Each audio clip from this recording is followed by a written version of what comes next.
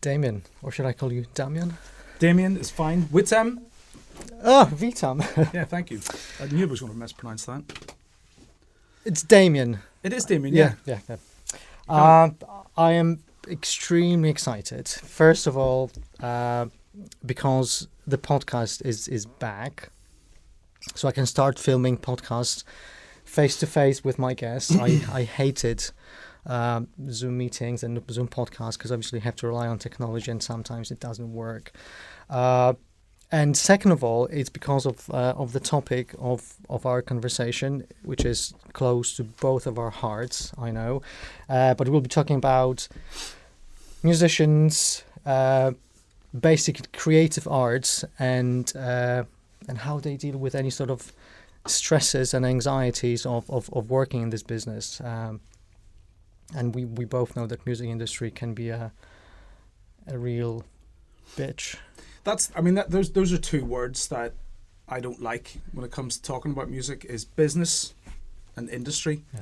The two words that I think are conjugative of work and money, and I don't like that, especially the word business. You know, it sort of disenfranchises musicians because they automatically think, success has to be measured by getting into the business. Yeah. It's the end goal, it's the byproduct of success. You put enough work in, eventually you'll hit some sort of success, if you like, whatever way you want to plant success. But yeah, I don't like business and industry. It's like yeah.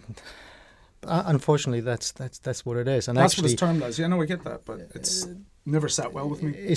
Especially the last decade since Spotify and certain online platforms took over. It's more about number of streams, number of views, rather than the content of the album. And it's I think, if I'm honest, and if most musicians are honest, there is quite a bit of like when you put something out there, when you've got your output and you're putting your art out there to be listened to, there is a bit of sort of consciousness about how many hits did it get, and that doesn't really help with mental health. Watching that, succeed or not, and that's one of the things that I try to veer away from. But I'm 45 in a couple of weeks' time, so when it comes to Spotify and all that jazz, it's alien to me. Really, I've had to completely relearn it. I mean, I only found out that you need to use a distributor to get onto Spotify, and it was like hours and hours in front of the computer, sort of trying to find the best one, and then uploading stuff and being sent back because you couldn't use a certain word. And it just withered away your love of the song you were about to put out. It sort of chipped away at the the artistic sort of input you put into it by just numbers and decimals. It was just crap. That's why bands want to sign with labels, because they want this sort of technical bureaucracy part of the job to be someone else's responsibility. Before we start. We haven't started yet? Before we move to serious stuff, it's really important to say that neither of us is a mental health professional. So everything we're talking about will be basing on our observations, years of experience being musicians, artists, and friendships we had throughout the years, and obviously myself and Bone Mud, we played over 100 gigs, so I've come across a lot of small, medium, big bands, and all the problems they had within the band, and all the struggles they have to face, writing music, touring, releasing tracks. So I don't think we're going to be talking out of our asses, so there will be a little bit of truth in it. Yeah. There will be a little bit of horseshit, but it will be basically two artists, to musicians, to people who work in creative arts, just discussing certain struggles, and obviously I don't want this to sound like two guys just complaining how terrible it is for musicians, because there are some really good sides of embracing technology, and Spotify is actually, for me as a listener, I absolutely love it. Yeah. because I can listen. I discovered so many bands in the last few years. It's just insane. I wouldn't be able to do it just by going to shops and buying CDs or vinyls. So it's really important to stress that. I think that's my downfall as well. I don't use Spotify. You know, I'm a creature of habit. You know, I've still got, you know, there's about 25 CDs and albums that I just go to all the time, or Radio 6 for new stuff. You know, just having to deal with technology and Spotify. I like the random play on it, you know, and there are bands that I found Courtney Barnett through Spotify actually, yeah. But I find everything through Spotify now, and it's usually, you know, when I discover anything really cool, I go to, you know, suggested, you know, you might also like this and you might also like that. And the other day I found this Ukrainian, genty sounding, poppy metal band. Yeah, they're called Destiny Potato. Do you know them? I know them. Yeah, they're fantastic, amazing, and I've come across them by pure chance. Okay, so we couldn't really start any conversation without mentioning, you know, the last 12 months, because it's been horrendous, especially for artists, for musicians. I mean, the only reason people, you know, write music, you know, make films, write books for people to, you know, go out and enjoy them, potentially in company of others. So, you know, pubs, restaurants, etc., etc. And obviously, everything was cancelled. Absolutely, everything was cancelled. However, do you think there's anything positive that came from the 12 months of lockdown, of 12 months of closed... For musicians, like a positive thing that came out of it? Yeah. I think it bolstered me to sort of, you know, not take for granted, you know, being able to do it, you know, and at times, you know, we come to practice, you know, we're preparing for gigs, and that's the discipline to it. So without that discipline, yeah, it was tough, you know, and there was no real subject matter for me to grab onto, to write about, other than what was going on, and I don't think people really wanted to, you know, hear that at the time. No, you know, you don't want to, you know, I don't tend to write obvious lyrics, and it was like, it was tough picking up the guitar, because it was kind of like, what's the fucking point, you know? Yeah, Sorry to be blunt, but it was just... Yeah, that's true. It gathered some dust for a while. It did. What I really enjoyed is that certain bands, because certain bands, I have to say, just totally gave up. So they cancelled gigs, they postponed, you know, whatever they were doing, and just went back. Some of them to their 9-to-5 jobs, because, you know, even medium-sized bands they have to work to earn money if nothing's going on in the music world. However, some bands, which I absolutely adore, started producing things, more social media stuff, more videos, more tracks, online gigs. They're absolutely amazing. I thought it was really clever how people, like, there was friends of mine that did sort of, you know, their own recordings and then meshed it all together and mixed it, and I just thought that was just genius. My absolute favorite band, Machine Head, they embraced it. They do open mic, they do singing, acoustic hour, they do distorted hour, and they do normal gigs just inside of the studio every week, and they have thousands of people. That's thousands. Work ethic, They've got lights, they put costumes on, so it's all fun. And they had to stop in the middle of their massive 25-year anniversary of the first album, Burn My Eyes. So it was a massive blow, financial blow to the band, and they still carried on.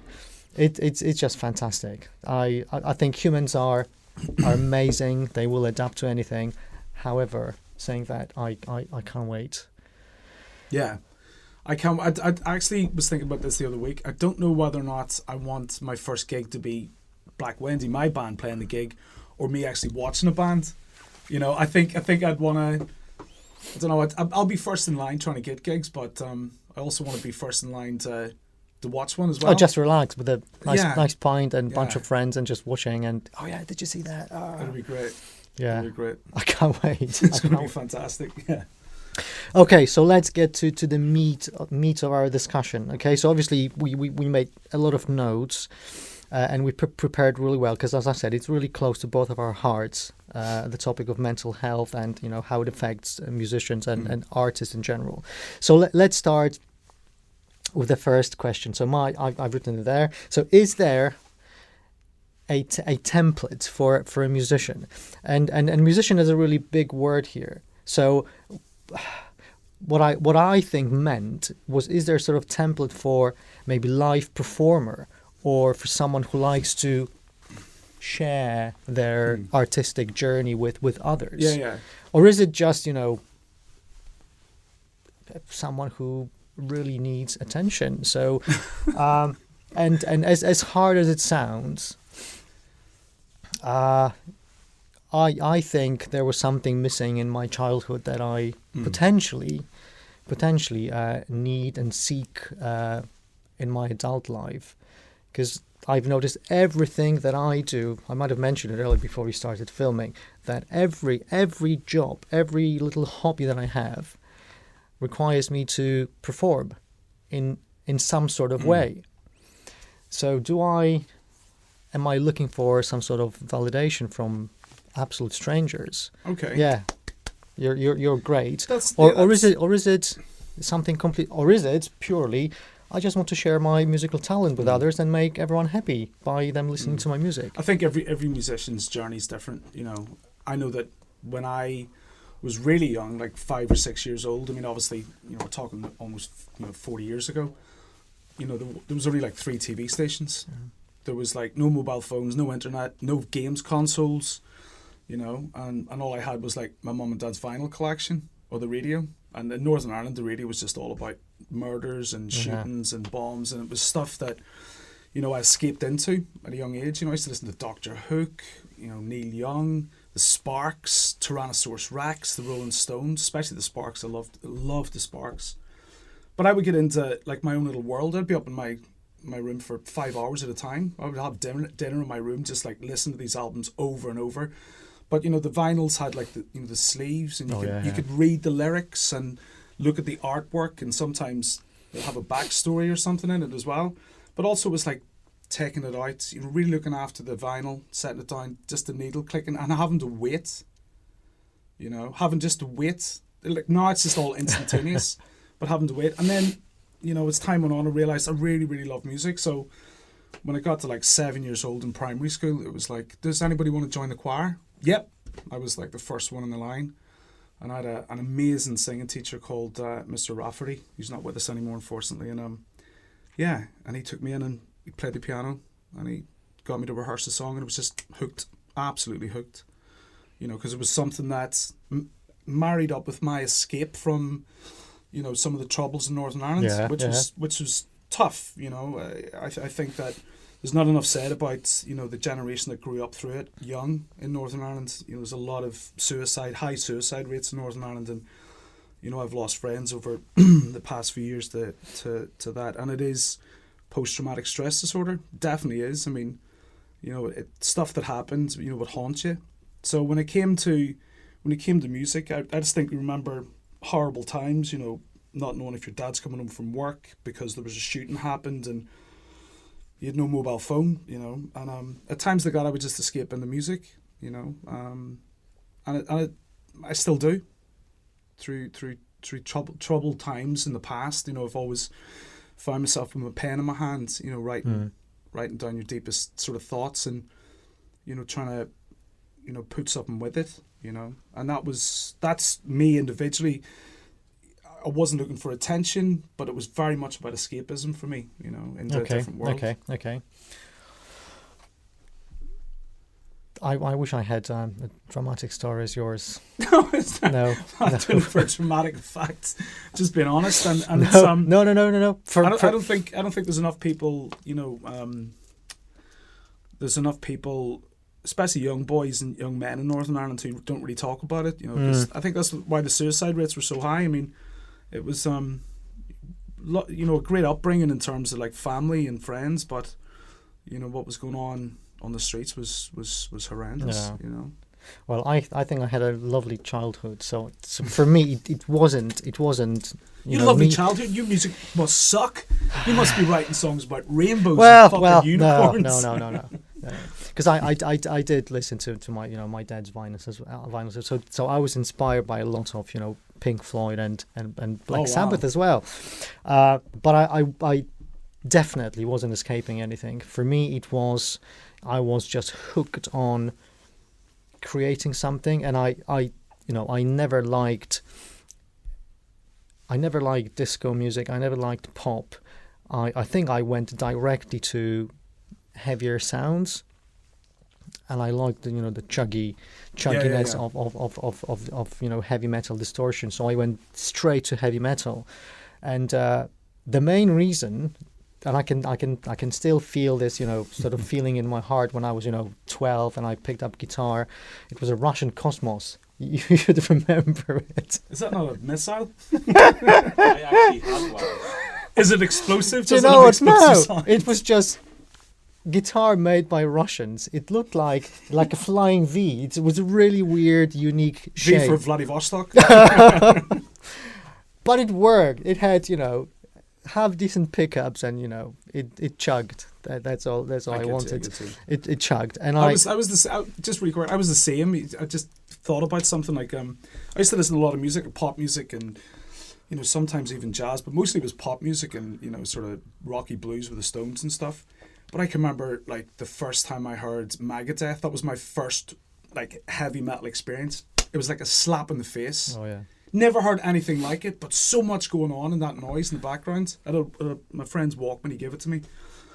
Changed me forever, And then like a few years after that, Nirvana came out, and it was like, what the fuck is going on? It was just this whole revival of rock. It was just, It was amazing. Late 80s and early 90s were the best time for heavy music, with Sepultura, some Metallica, some Megadeth, and then early 90s with Korn, Rage Against the Machine. They were like the Metallica's best Black Album.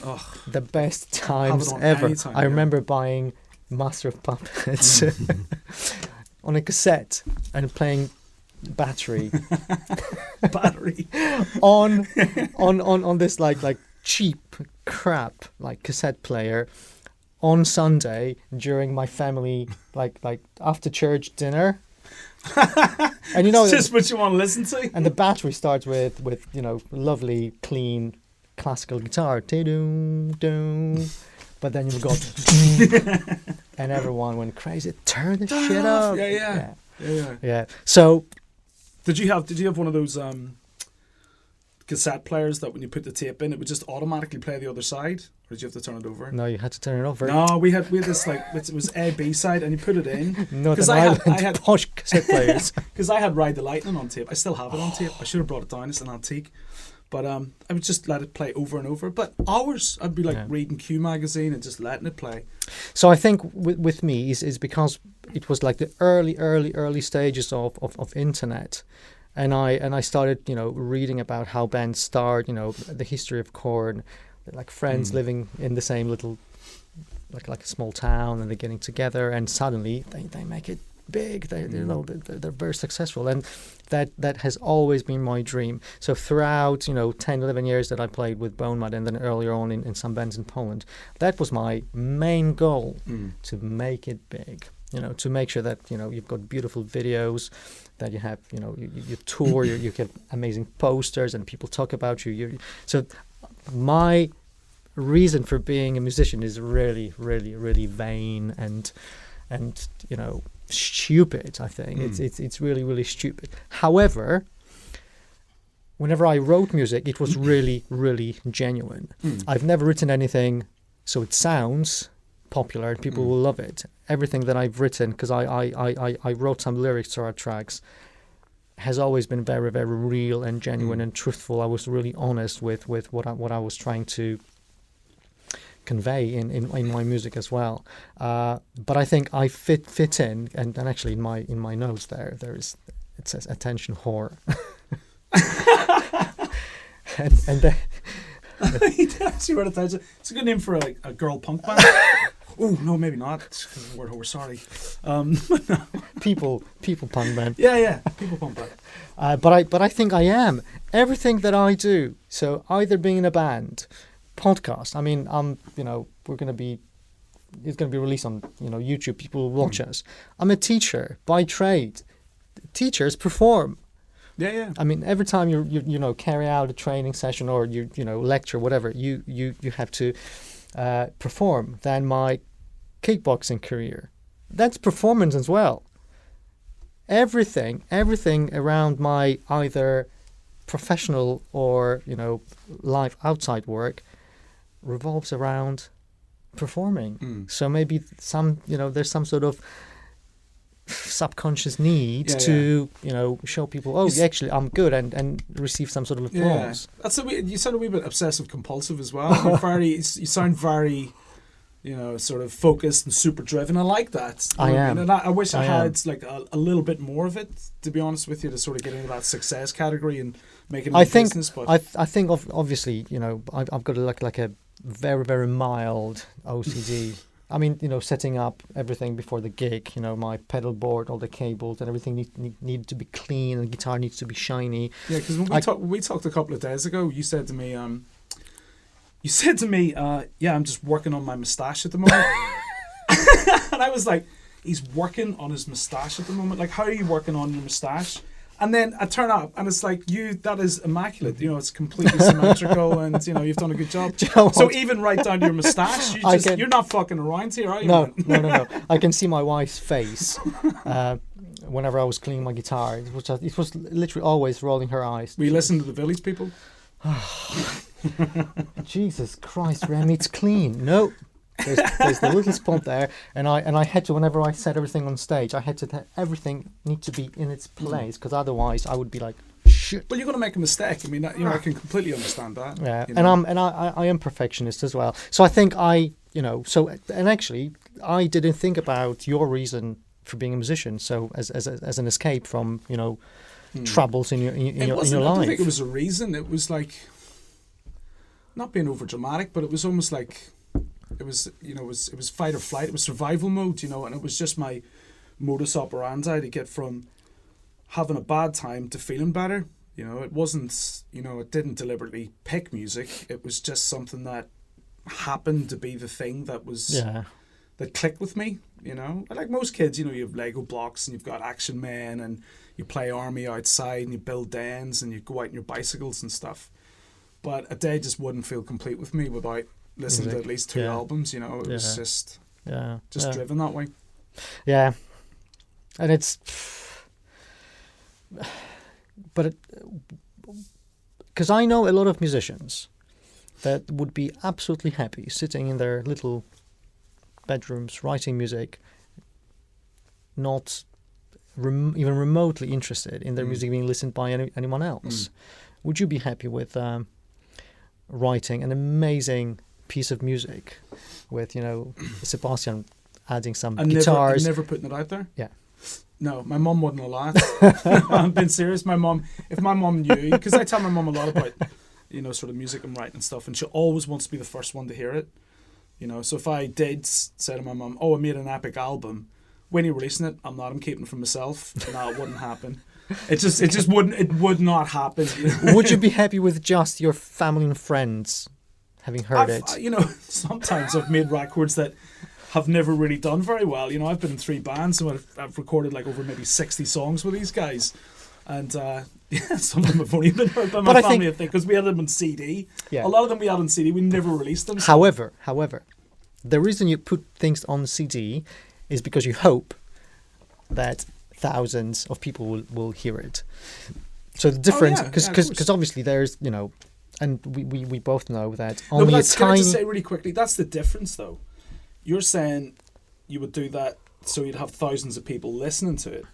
I just don't want click likes. I want 1,000 people to like it. And I think that's the thing about clickbait. I was finding, people were talking to me about, different ways that they, put their music out there and they can spend like 15 quids and it gets everywhere and then they get a lot of clicks. It can make their clicks bigger and stuff like that. It's just really, I don't know, disingenuous. Like the way that I look at it is I want to actually see people dancing. That's why I like gigs. I want to see people dancing, and yeah, I want to pat in the back and somebody to hand me a pint and say that they liked it and buy a T-shirt, you know. But if I'm honest, like when we make music videos or come up with ideas for songs, those videos are really like an advertisement to send to a place like the Thunderbolt or the Fleece or the Exchange or Crofters to say we want to play here and this is what we do. Yeah, I think people would watch the videos more than maybe just sort of listen to a CD. Yeah. But you mentioned a really important thing, because you said that you would have hoped that someone would maybe buy a pint, maybe buy a T-shirt, and that's such an important part of being in a band that not everyone really understands. It's it's bloody expensive. Even if you're in a small band, you have to invest a shitload of money. And obviously with the the lockdown, all the venues closed. If you're in a small band, you're basically fucked. I can understand that, but I'm just really fortunate that our bass player owns a studio. And I tell most of my friends that it's like, we still pay rent sometimes. We still pay rent on time. But Sebastian behind the camera, he's got like a desire to play bass and to record the stuff. He drives most of the songs as well, if not all of them actually. I just write the lyrics. Apparently, is that it? Yeah. If only you could sing. But we're Black Wendy are really jammy to have Sebastian, because he's both a very accomplished musician. He's a good friend, but he has this amazing studio as well. So I feel a bit. So do you think things would have gone differently if you didn't have someone like Sebastian? No, I've been in other bands before. We've played in. No, I mean with the lockdown. Yeah, it would have been very different. Very different. Yeah, I think I would have found a way around it. I don't know how, but that's a good question. It's very difficult, because I'm in touch with a lot of bands, because I still have we haven't played in years, but I still keep in touch with a lot of my friends, and some of them are in a pretty accomplished bands, and they basically, some of them just gave up completely. They said, let's call it a day. There's no point. Because I know the bands are postponing their gigs until 2022 now. Yeah, I've heard that as well. Insane. Yeah, no, it's insane. Yeah, they're talking about the Sparks. Like, my mum bought me a ticket to go and see the Sparks in Belfast in the Limelight last year, for last year, yeah. And obviously it was postponed, and then it was put to May this year, and then obviously it's not going to happen again. So yeah. So And actually, big bands, they have this sort of financial cushion, because they have the backing of the label. So if this doesn't work for you, we'll wait. And they have time to do that, and money. Small and medium bands, they don't. Touring is expensive. Releasing, albums, even, singles. Recording time is really expensive as well.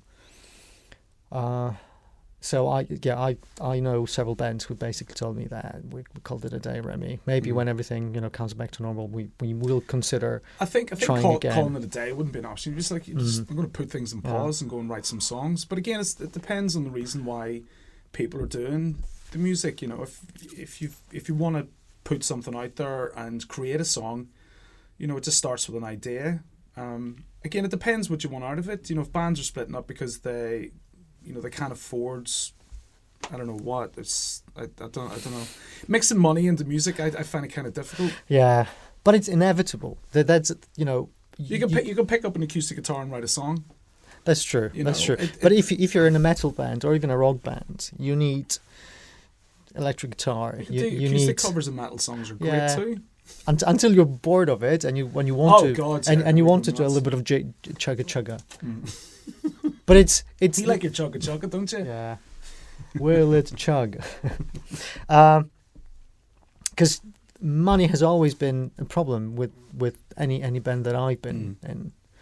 And I don't know whether it was the sort of obsessive, compulsive personality that said, well, we need to record it in a really good studio, and we need to do it in a certain way, so we'll sound professional. Or when we do a photo shoot, let's do it with a really good photographer, so it doesn't look like a photograph taken on a mobile phone, because no one will pay any attention to it. It needs to draw attention of people who go through their Facebook or Twitter or Instagram. I think that's where my naivety lies. You know, I think I'm old school and naive enough to think that let the songs do the talking, let the gigs and the performances do the talking. You know, don't get too caught up with, you know, and I know I've made stylish videos, I know, but you know, it's really just to pull people's attention and to get gigs. You know, that was my reason for doing stuff like that. I also let people hear what we're doing. But when it comes to my naivety, I don't really ads, you know, I want to look, you know, super flash and get the best sunglasses and, you know, have a really, you know, you do want to have like good outputs when it comes to the recordings and stuff. But I haven't really sort of come across a studio that is so amazing that I want to spend $2,000, you know? No. I just think if the songs are grindy enough and got enough depth in it. Yeah, but it makes a massive difference with how you manage your social media and you know, and obviously, and Sebastian will tell you, you know, there's a mic and there's a mic. You know. Yeah, well, yeah, no, the same with drum skins and guitar and cables and you know, and obviously everything is in the fingers of a musician or a producer as well. But if you have a good equipment and a producer that knows what to do, that's half of the success. And there's always been an issue because rehearsals cost. You know, if you haven't got Sebastian, you have to pay for it. Yeah. You have to get to rehearsal as well. When you're touring, you have to get to where you need to play. You have to eat something. You have to stay in a hotel. It all costs money. But I think it's not just musicians as well. It's like you need to touch on, you know, the sound engineers that are in these venues. Like, you know, it's okay for us. You know, we can sit down and play a guitar and write something and record it just for the future. So when the band gets together, it's like, hey, I've got this song. But like sound technicians and stuff, you know, they were just sitting around twiddling their thumbs. You know, like there's so much money lost and so many people lost their jobs through it. Oh yeah. You know, I find it hard to sort of like gripe a little bit about, oh, woe was me, we had gigs cancelled last year on a little tour. You know, because there's you're people right. going to watch this who are going That's like, true. you fucking, you know, and yeah. And to be fair, everyone who's in a small band, they usually have a job anyway, because you can't live on you know, gigs or sales of your. It's just album. A lot of juggling. It's a lot of juggling, especially when you've got 2 girls as well. You know, I've got 2 kids, and you know, going through all of this, and you know, we've been away for a week on holiday, and I've been like 4 days in and cut it short because I had to get back to Bristol for a gig. You know, that doesn't make you popular. Yeah. But yeah. So what you put in though? Yeah. It's yeah. I mean, I should have started my band when I was 16 and finish when I was 25. Not start when I was in my, you know, early 20s. Yeah, with kids and everything. And actually, it's like it's a really good point because we talk about mental health of musicians, you know, all the stresses, anxieties, and you know, but they're families. Obviously, parents, you know, partners, kids, you know, music widows. Yeah. It's you know what? And I, again, God, I'm gonna end up looking like a proper twat at the end of this. I've already called myself attention whore. And now I'm going to say all the horrible things I used to do when I was in the band. No, but this is not. I don't want to turn this into a confessional. But we're not wearing dog collars here. But it's you know it almost every musician that I've known throughout, you know, like 15 years that I've been in a touring band, they had some issues in the family because of what they did. Yeah. It's either because, again, even though I was doing things for attention, partially, the band was my child. I would do absolutely everything for my band. I when I went to sleep, I would fall asleep thinking about the band. The band was the first thing I thought of when I woke up, and I thought about the band throughout the day. Everything, booking gigs, tours, videos, you know, music videos, everything was about. What was the rest of the band doing while you were doing all this? Fuck all. Are you watching this? Are these guys watching this? I hope they do. You could have helped them. Yeah, they helped a little bit, but obviously not enough. Not enough, and I was burning out as well, and it was because of this. I think that's the thing that I'm trying to avoid is getting into that you know, getting into that sort of mindset where music becomes the business and the industry so much that it affects your love for it. You know, I always want to keep myself grounded in terms of, you know, just doing the work and enjoying myself doing it, and enjoying being, you know, with my bands, and like the camaraderie with the band is more important to me than you know, what lighting we're going to use in the music video. I'm not I'm not taking the piss out of you. Like, no, you've got your own, and you thing know on, what? like, A part of me thinks that I've made wrong decisions. That maybe I should have just, well, screw this tour in Europe. Let's just stay here and just play a couple of smaller gigs, and that would have been fine.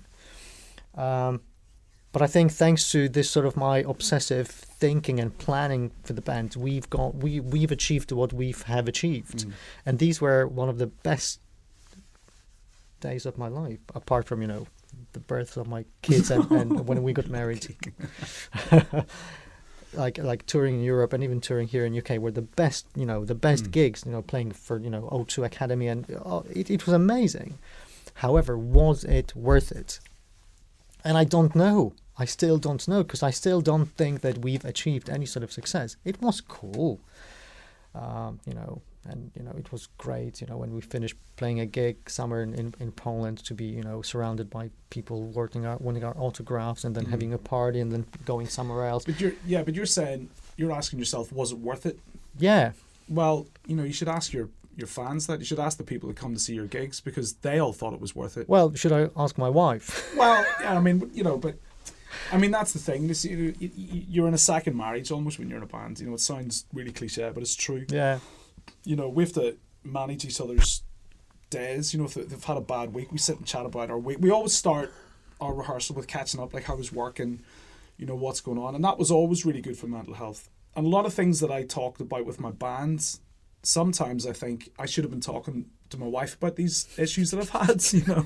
Sorry, Sass, but it's true. It's like, I think if I shared a bit more at home, as much as I share with my bandmates, you know, I think, you know, we could be happier for. So you open up more to your bandmates than your wife. Yeah, that's I can't believe I just said that, but yeah, but it's just talking about it. It's not weird. I think the bond between bandmates is really, really, really unique. It's not as strong as, you know, obviously your wife and your children, but it's still you know, four people spending a lot of time. I mean, when we you know, some of the tours, we were together for a couple of weeks non-stop, whether it was tour bus or hotel or gig or party or all the time. And obviously when you get drunk, you know, you get sad, you miss your family, you start talking, and suddenly you open up to your friends, and I didn't know. Well, there you go. And it, yeah, I still, you know, when I get drunk, I tend to take my clothes off very often. Okay. Oh my God! And do you know what, my wife, completely naked and then run around the tour bus? Oh, I would stop the tour bus as we're going past, you know, a little town in Poland. It was minus 20 degrees, and you would just covered in snow, into the river. I've got photographs, or just strip during the party, grab a guitar and just play. I was an embarrassment, and I would do it all the time. So you know, overuse of alcohol was part of it, but I just wasn't around. I was there physically, but here I was thinking, oh, there's this new track, or there's this new guitar. Oh, do you know what? In a couple of weeks, I need to buy new strings, because these are looking a little bit. And I wasn't there. You're not present. Yeah, I completely get that. You know, it's like times when we've had a gig coming up, and it's a big gig. There's an opportunity in it, you know, and I'll spend the week sweating it. You know, and I won't be a very nice person to be around sometimes when I'm like that. That's you know? it. And it's like. And it's nobody's. It's you know, I'm creating this problem. You know, it's but then after the gig, I'm elated and I'm like, me again. You know, and but then there's a massive calm down as well. Well, no, no, it's not. It's like when it's almost like relief for me when it's like, oh, that went better than I thought. You know, and then I'm relaxed with my family. But the tension, the build up before a gig, you know, I've been known to chuck up sometimes when you look around the corner and it's like, oh fuck, it's packed, you know, and it's like, whoa, you get those nerves. But then you remember, you know, you're with three other guys who are very accomplished at what they're doing. They've got your back, you know. Yeah. And that's the strong thing about music. You know, that's the that's both the positive and the negative. The positive is you're in a safe environment. I've walked in here wearing a wedding dress and a pig mask, and nobody said anything. We can do whatever we, you know. It's true. 9 times. 9 minutes left. Well, you can then press it again. I think that's the only memory what you. No, I've got like 70 gigs there. It should be all right. Dude, you've only asked 2 questions and we've talked for 50 minutes. It's fine. It's fine. That's fine.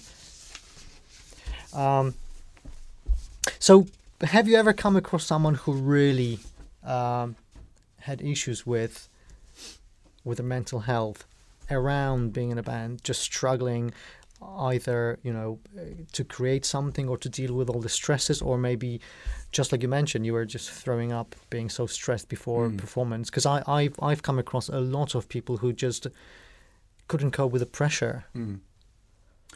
I think, if I'm honest, like during lockdown, again, the absence of music was more destructive than having it. You know, I'd no discipline when it came to preparing for gigs and get myself ready or going to work. There was no discipline to it, so I drank a lot of alcohol. You know, a horrible amount of alcohol during lockdown, and it, you know, it was really tough for my wife and the kids because they're dealing with, you know, drunk dad basically, and it was a dark time, a really, really dark time. And you know, I was on the phone to Alcoholics Anonymous at 11 o'clock. Really? Yeah. Jesus. And it's the funny thing, when I was getting ready for this, you know, knowing the subject matter about mental health, and I didn't want to make it all about me, because it's about all musicians, and I'm sure a lot of people will find common ground with a lot of stuff that we're talking about. But when I contacted AA, they, you know, said, you know, you need to start, you know, taking notes of the units that you're having, you know, not every day, you know, but it was pretty bad. And so I actually was just going through notes today, and I started making notes of my alcohol intake, and I haven't, for some reason, when I was going through notes that I'd made before. But I noted over like 5 days, I drank 93.3 units of alcohol in 5 days, which was, it's about 6 pints of alcohol a day. 6 pints of beer, strong beer, a day for 15 days. That was the average.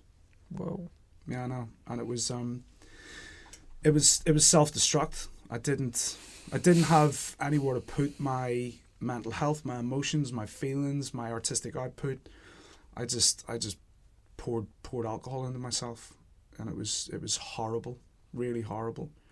And I think the only way I got out of it, or I'm still recovering from it, was very much you know, leaning on my little girls who, you know, want to, you know, hang out with me and, like, you know, see me happy, you know. And that was the dark time, you know. And I think music was definitely, having no music was a big factor in that horrible sort of spiral I got into.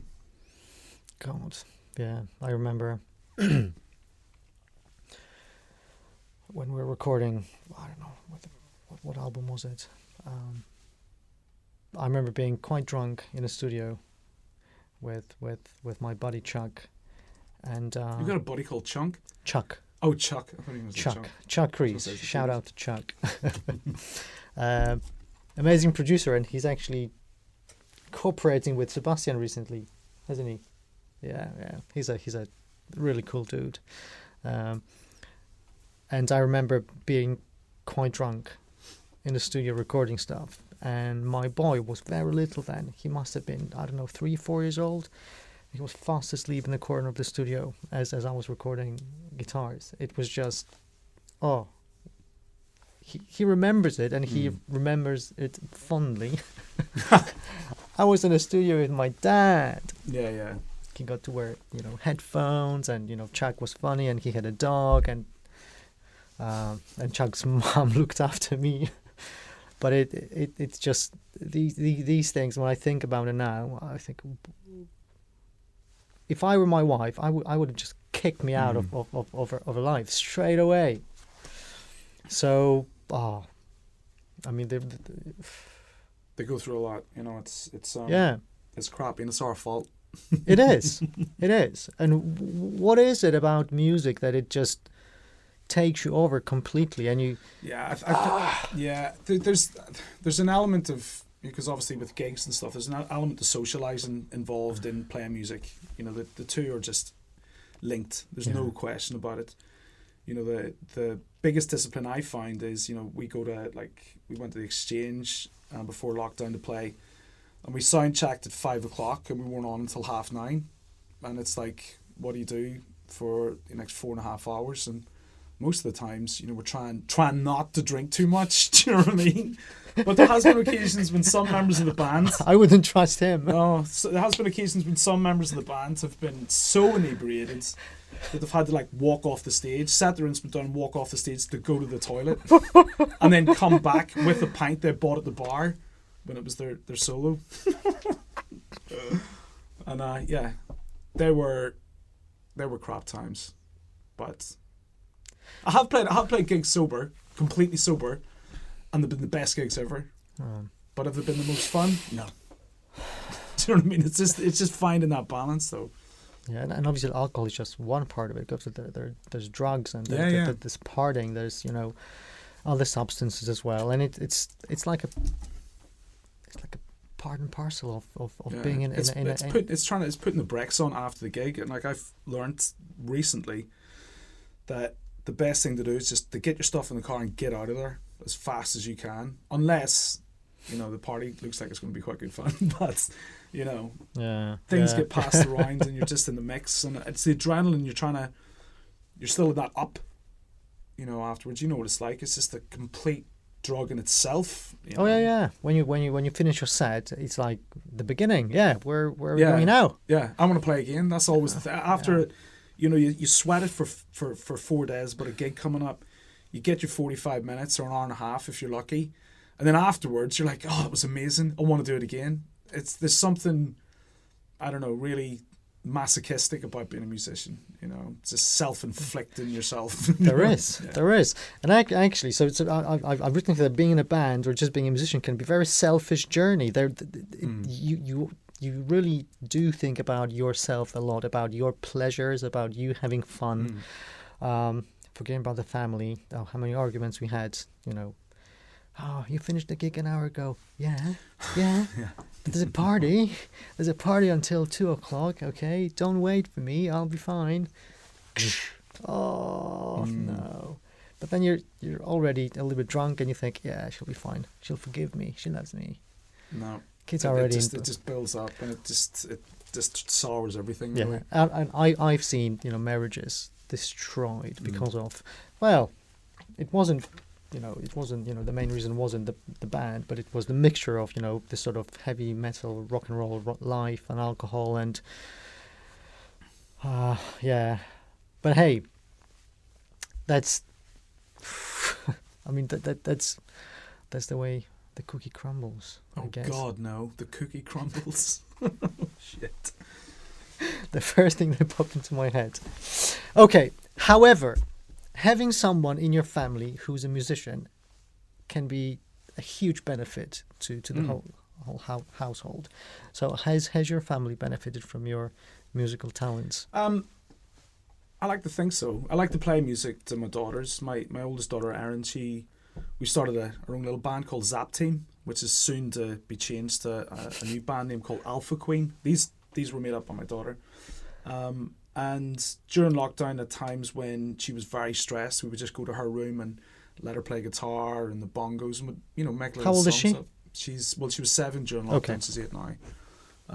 So that sort of, we built our own little world. I thought a lot about myself when I was a kid, what I wanted. She's my daughter. She's, you know, a lot like me in a lot of ways. Hopefully not too many, but so I thought that, you know, I'll give her that escape that I had, you know, by giving her something in music and letting her listen and, you know, letting her sort of play and be creative. And she likes it, but I don't want to push her into it, you know, because I was never pushed. I just wanted to find her way.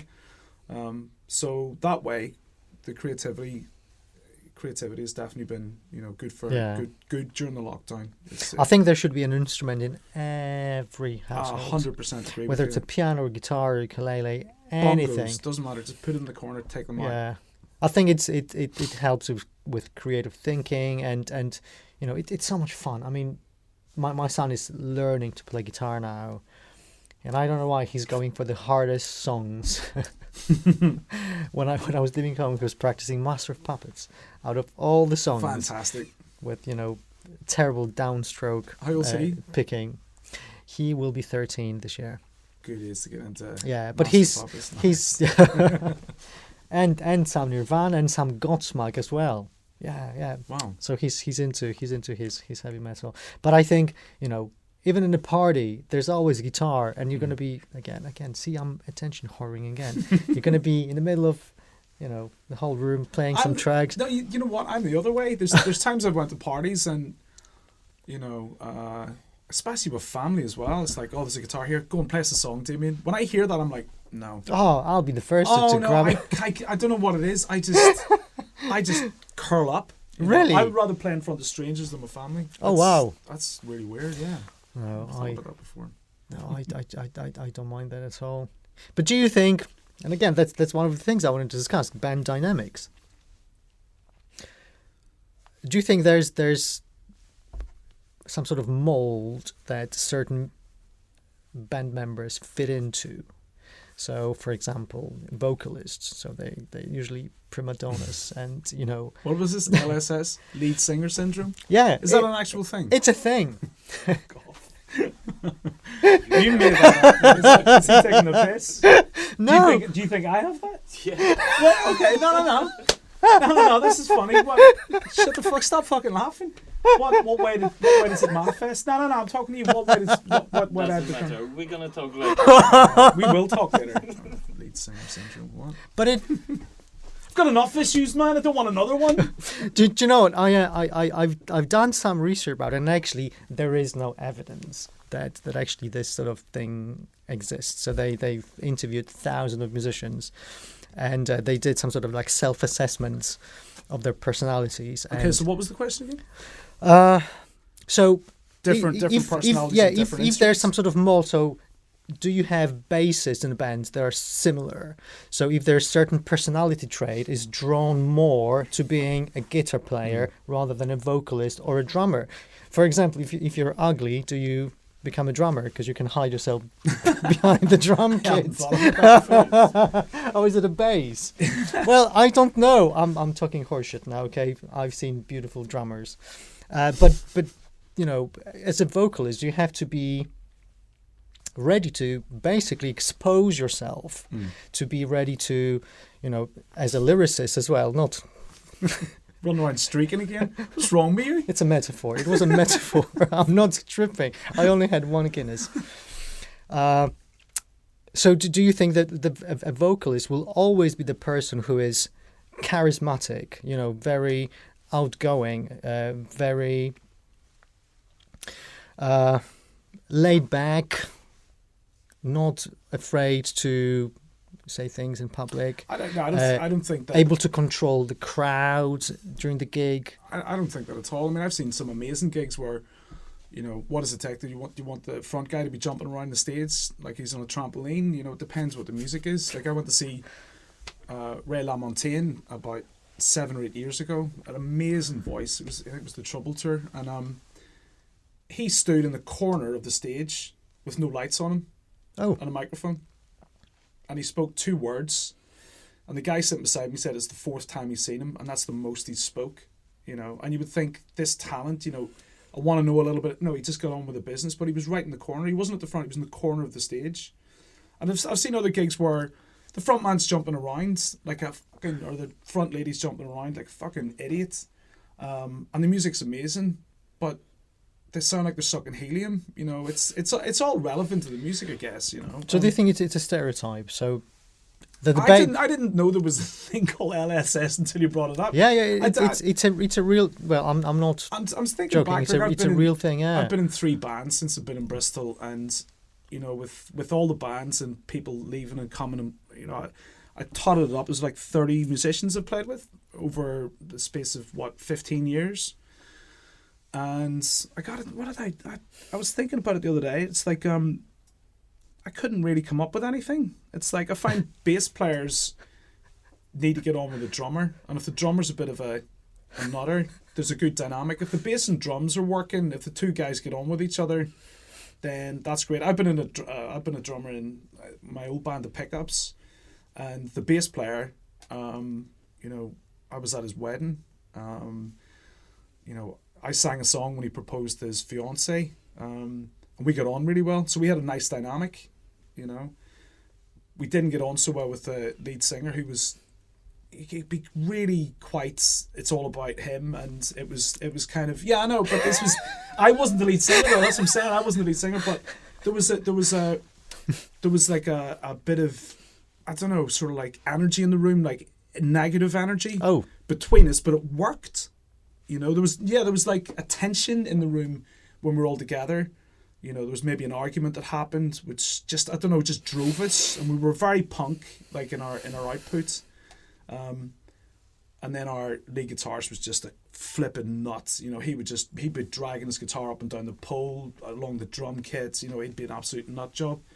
But that dynamic worked quite well. Yeah. You know, and that's, you know, it depends on the band and the music, you know, and how long you've known each other. There's been bands that I'm currently in, Black Wendy, where Seb and I have been friends for the longest time, but the two new guys, the lead guitarist and the drummer, we don't know them and they don't know each other.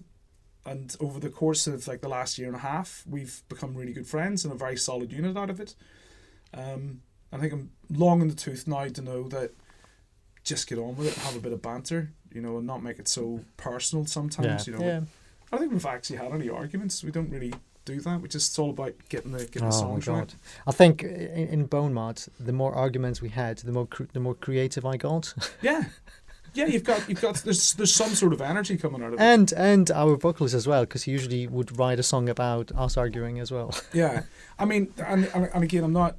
I like all types of music, but you know, I can't. You know, when you listen to bands like Coldplay, I can't imagine them ever having an argument because their music is so fucking drippy. You know, there's nothing going on there that attracts me at all to that sort of music. You know what I mean? And when you hear sort of bands that have got a bit of edge to them, you sort of know that they're maybe not getting on very well. Do you know what I mean? But that's like, you know, you sort of, I don't know, I can hear that in people's music. Yeah. Okay, so let's say we established you haven't got LSS. I don't know. Are we going to do a lie detector test? Does it require like blood samples? I don't know. That'd be fun. That'd be fun. Okay, so let's move. Let's stay around vocalists because I want to talk about lyrics. Because I've always found it really fascinating how to create something that's really, really catchy, to grabs people's attentions, you have to be really, really genuine with lyrics. Because I've known bands whose lyricists, they basically came up with some sort of stupid lyrics just so they sound cool, and you could see that it's fake. Because as you sing it, there's no charisma behind it. There's no sort of truth behind what you're saying. So, are you one of those lyricists that will put literally their heart out on a piece of paper and then sing it?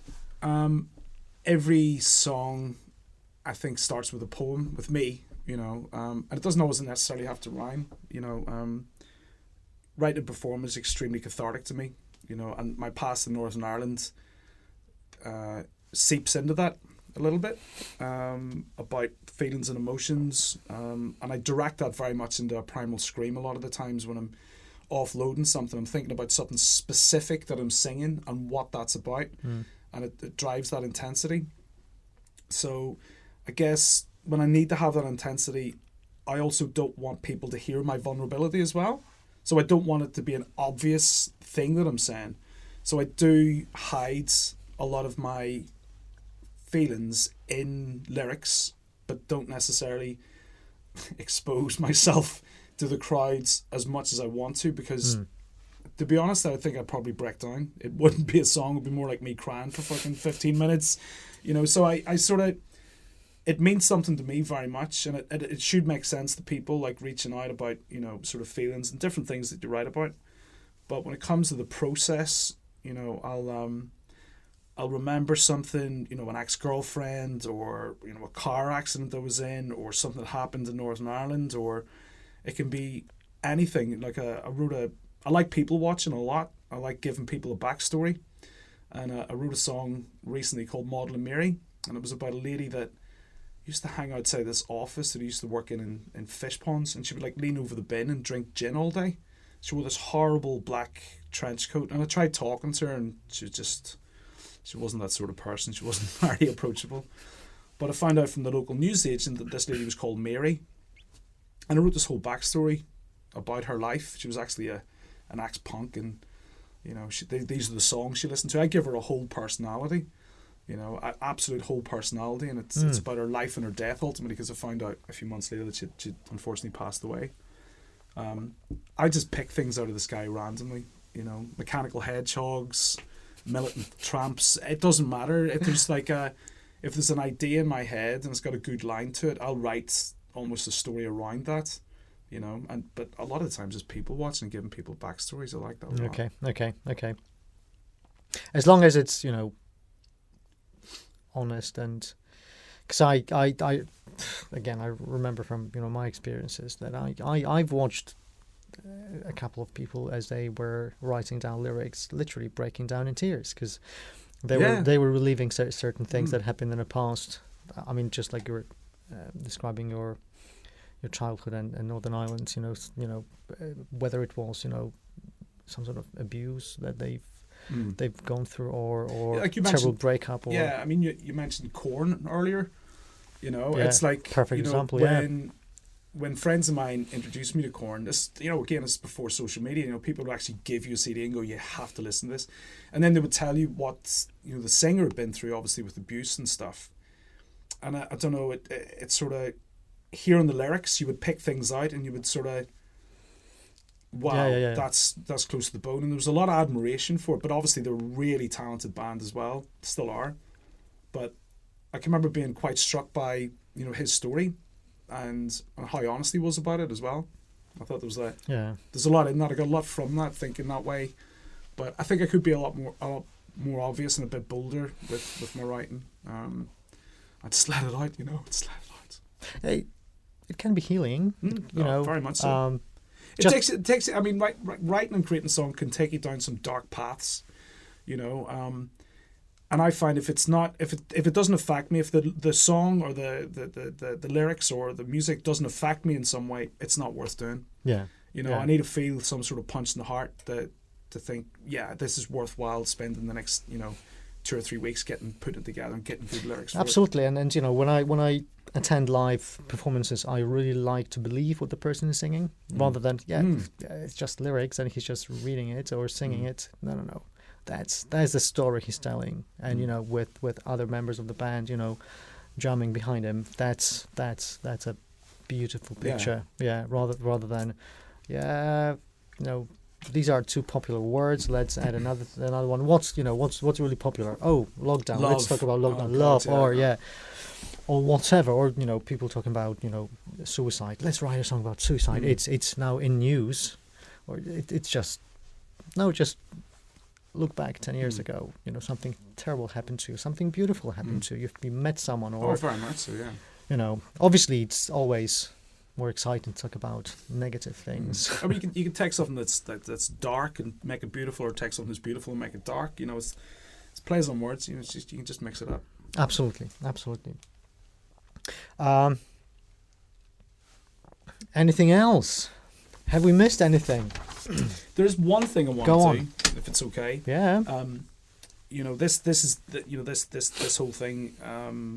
When we talked about doing this podcast originally, it was like, it just turned the light on with me. I've got a lot of friends in Bristol that are dealing with mental health, not musicians, obviously.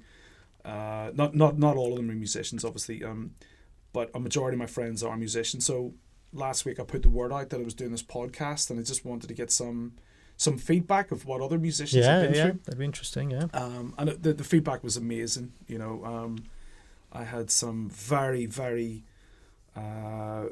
honest conversations with people, and I think they're so brave for just at least, you know, talking, because I tend to take the piss. You know, I laugh at anything, but some of these guys, you know, trusted me with a lot of things they put forward, but I wasn't going to bring it all here tonight and talk through everything, but there is one young gentleman, an amazing guitarist from the band Mortishead. If you don't know Mortishead, look them up. They're very, very good. His name's Jack Kiley, and he got back to me and he sent a very honest sort of synopsis of mental health and of creative people. So I'm just going to read this out. Yeah, go on. Yeah, that'd be fascinating. Yeah. So he wrote, and thanks again for this, Jack. I've suffered with mental health issues my whole life. Being a musician / creative individual definitely makes things harder. My competency on my instrument and in my work. Can I start that again? Yeah, sorry. Do it. So I've suffered with mental health issues my whole life, and being a musician / creative individual definitely makes things harder. My competency on my instrument and in my work has always been directly linked to my mental health. For me, there's a constant pressure to stay on form both technically and creatively. If I don't meet my own expectations, I tend to collapse into self-doubt and depression. It's also a very stressful and unstable life to lead. Succeeding in the music industry requires an enormous amount of time, focus, knowledge, with little to no financial reward at first. It's standard to have to work a 40-hour week in a mainstream job on top of the hours required for a band, which can burn you out mentally. The alternative is dedicating the majority of your time to music and living in poverty. Neither are conducive to good mental health. Quitting is hardly an option either. For many of us, creating music is such a big part of ourselves that we'd wither away if it was taken away from us. And that sums it up beautifully, Yeah, because I that's initially no reward, financial reward, absolutely true. Because you might be in a rehearsal room with your band for a few years with nothing. It really struck a chord with me. I mean, there's not much in that I can identify with. Yeah, just thanks again, Jack, for sending that over. That's so true. I like the first bit. The first bit really drew my attention about your competency as a musician. Yeah, I thought you meant. And then your competency in your work as well. How it's linked. I don't know. My bassist asked me to write this riff, and I couldn't do it. That means I'm a crap guitar player. Yeah. My bassist asked me to sing a song a couple of weeks back, and I couldn't hit the notes, and he was like, "Come on, man! You're a singer. You're supposed to be able to do this." It was like this, and to hold this note for like 20 seconds. I was like, "Can you not just like, no? You're a singer. That's your job. Do it." But he's dead now. He's dead to me. Thank you so much, Jake, for this contribution. That was really great. Yeah, is he doing all right? Yeah. I mean, yeah. He's I think it's ongoing with Jake, but I haven't really spoke to him. He's somebody that I met a while back. I was in a music video for Mortishead, and I really clicked with Jake. He's a really nice guy, and I hope after when we all get together, can visit and have a chat. Lovely. Yeah, that's great. It was fantastic. I exposed myself metaphorically. Can I go for a wee now? Not yet. Thank you so much for watching, okay, and listening. Do you know what? I would like to do it again. Mm-hmm.